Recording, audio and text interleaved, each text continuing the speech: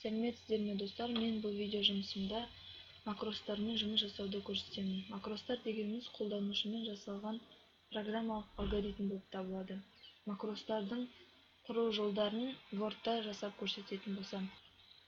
Ол үшін макростарды жасау үшін разработчик қосымша бетіне өтуіміз керек. Мұнда разработчик қосымша беті жоқ болғандықтан біз файлдың ішінде параметрға кіреміз.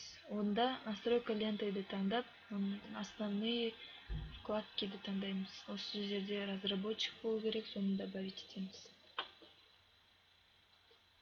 Батырмасын басамыз. Сол кезде бізде разработчик пайда болады. Осының ішінде код бөлімінде, топшасында бізде запись макросы бар. Ең қарапайым мысал көрсететін болсақ, тексті енгізу мысалы. Ол үшін біз макростың атауын енгізейік. Текст.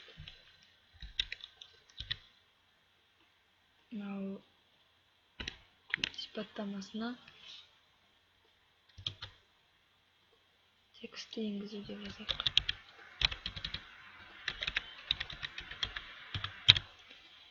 Оқ батырмасын басып, біз енгізетін текстімізді жазамыз. Алғашқы макрос деп жасайтын болсақ. Оны белгілеп, түсін сарымен көрсетуімізге болады. Енді разработчиктен остановить запись деп басамыз.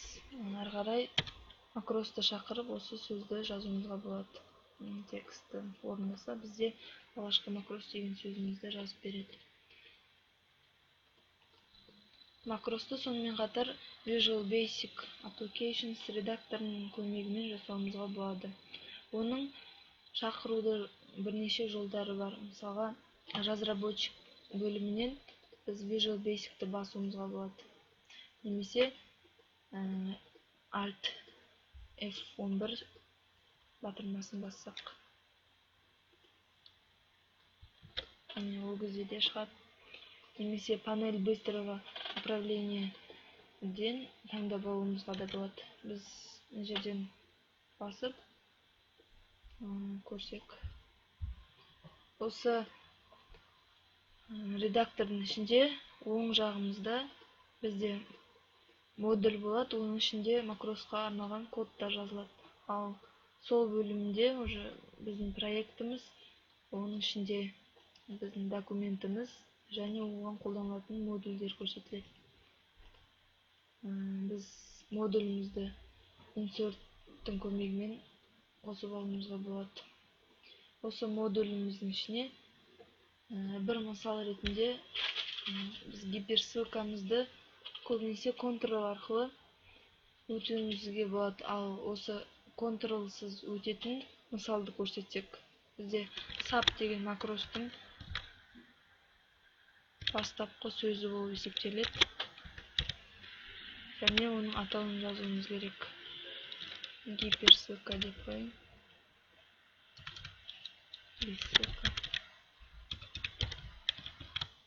Және оның ішінде біз өзгертетін кодымыз, яғни options .control click. Осы бізде тең болу керек. Not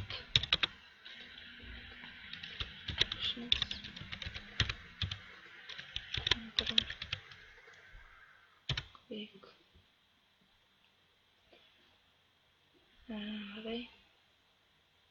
Осыны орындау үшін біз мына жақта гиперссылканы жазатын болсақ,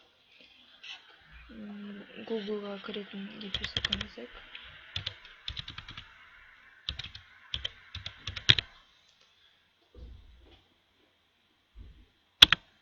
Бізде ссылкамыз қолдану үшін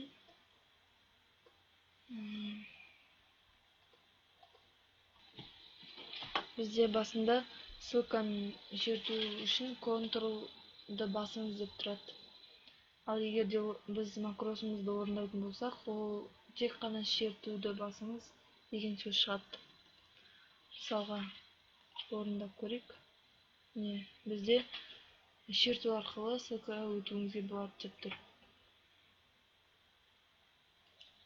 Эndi макросубузду косууда тез уруксат этүү панелини караштырып көрсөк, ал үчүн биз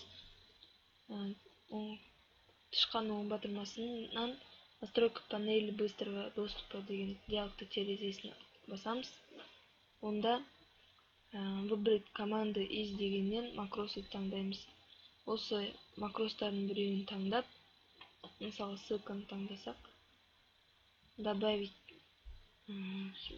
сөзүн басып, мында өзгөртүү энгизе аламыз. Мисалга, онун белгисин өзгөртө аламыз.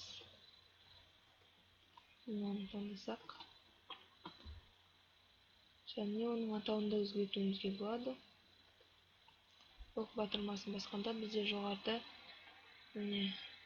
быстрый панелдин ичинде биздин макросубуз чыкты. Осуну баскан кезде бизде өзгөрүштөр пайда болот. Ссылкамызды контрол аркылуу басыңыз деп тур. Эndi ону орундасак, бизде шертүү аркылуу ссылкага өтүүңүзгө болот деп тур. Эndi биз макросубузду пернелер тиркесиминин көмөгү менен куруумузга да болот. Бул үчүн биз файлдын ичине кирип, параметры вкладкасын ачабыз. Онда настройка лентыга кирип, осунун ичинен макросты тандайбыз. Бир макросты тандап алсак, анан сочетание клавиш батырмасынан макросты тандайбыз. Ошол жерде биз эки макростун бирөөнү тандасак, текстти тандасак, және де пернелер тиркесимин орундасак, мисалы Ctrl-D делик, onu назначить батырмасын басып, закрыть десек. Ок, және биз Ctrl-D'ны баскан кезде бизде алгачкы макрос деген сөз чыгуу керек. Мына бизде алгачкы макрос деген сөз чыкты.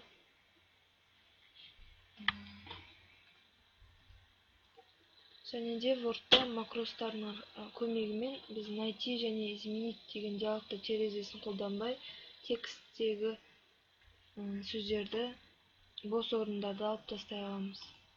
Бул үчүн биз редакторго кирүүбүз керек, Visual Basic редакторуна.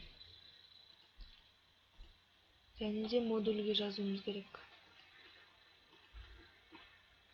Мындай код болуу керек. Осуну орундап көрсөк, мисалга биз текст жазайык. Бос орундар болгон.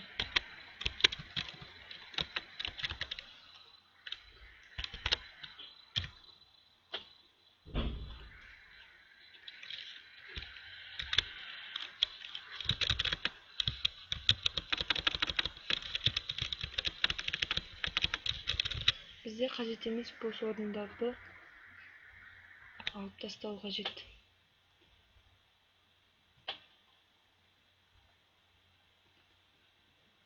Орундап көрсөк, бизде кажет эмес бос орундарды алып тастады. Және де осы макростун көмөгү менен биз гиперссылканы жай текстке де айналдыра алабыз. Оны Visual Basic модулунун ичине кодду аркылуу жасайбыз. Яғни Visual Basic редакторунун ичинде кодду жазабыз. Сол кезде бизге гиперссылканы ол текстке айналдыруу кажет. Гиперссылканы жазатын болсок,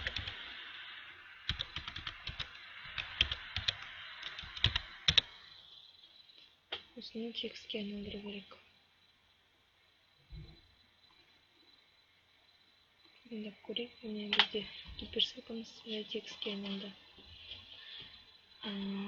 Осы макростардын тагы бир мисалы ретинде биз бас ариптердин түсүн өзгөртүүдү караштырып көрсөк.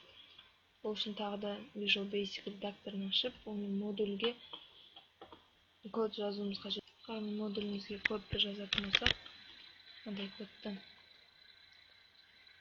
осуну орундап көрсөк, бизде мына сөзүбүз бас ариптен башталып тур. Осуну өзгертетін болсақ, бізді бас әрпіміз қызыл түспен боялуы қажет. Міне, біздегі бас әрпіміз қызыл түске айналды. Бізде макростар арқылы көптеген мысалдар келтіруімізге болады. Осылай мен видео жұмысым осымен аяқталды. Тыңдағандарыңызға рахмет.